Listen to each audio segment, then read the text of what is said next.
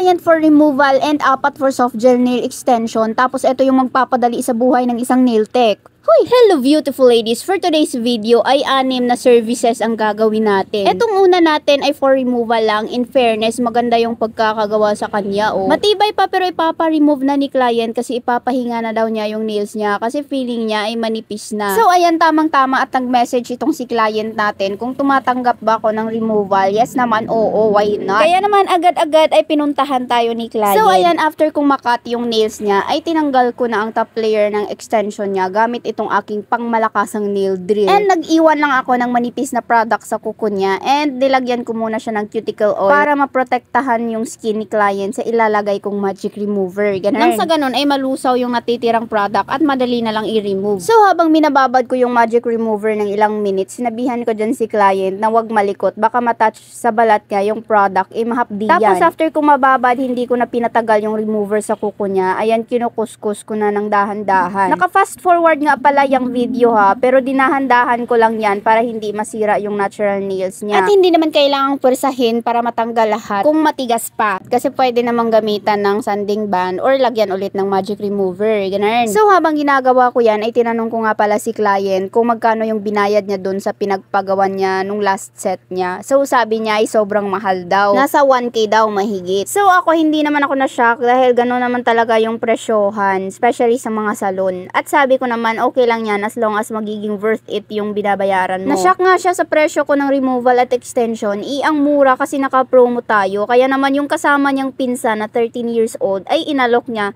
kung gusto niya bang magpa-extension na lang at siya na yung magbabayad. O diba sana all nalilibre no? So ayun, sino bang tatanggi diba? Napa-oo si Inday nang wala sa oras at wala ata yun sa plano. At eto na nga pala yung kuko ng first client natin after kong ma-remove yung extension niya. O diba, mukhang okay at healthy pa naman, pero pagpapahingahin daw muna niya, ganun. So magpo-proceed na tayo dito sa kanyang pinsan. Ayan yung kuko niya. Bale, eto yung second client natin. And after kong matapos, eto na agad ang final look ng nails niya.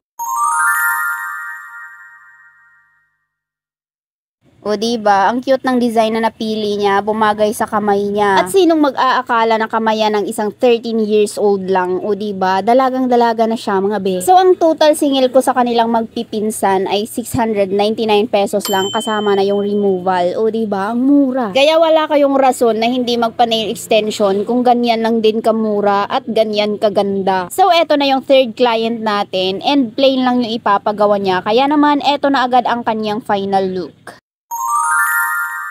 So ayan, plain soft gel nail extension lang sa halagang 399 pesos. O diba? Sobrang affordable lang talaga ng base price natin, lalo na ngayon at naka-promo pa din. So eto na yung fourth client natin for removal and pagkatapos niyan ay magpapakabit siya ng soft gel nail extension. Kaya naman after ko matapos, eto na agad ang final look ng nails niya.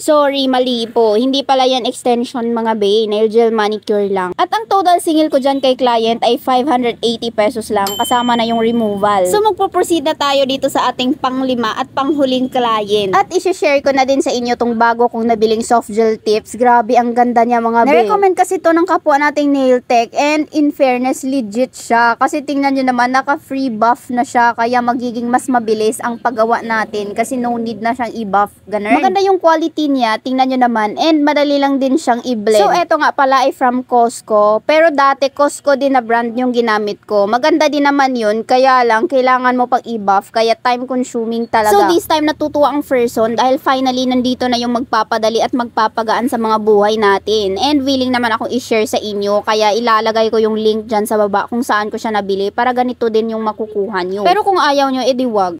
So ayan, nilagyan ko ng gold chrome powder. Dahil gusto ni client ng simple na plain lang pero shining, shimmering, splendid kineme. Yung tipong kahit madilim ay kumikinang yung kuko niya. Ganun. Kaya naman eto na agad ang final look ng nails niya.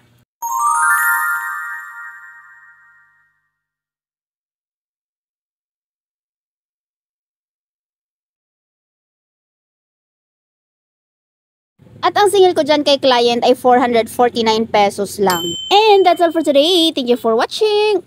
Ano sa tingin nyo? Natuwa kaya si client ko dyan?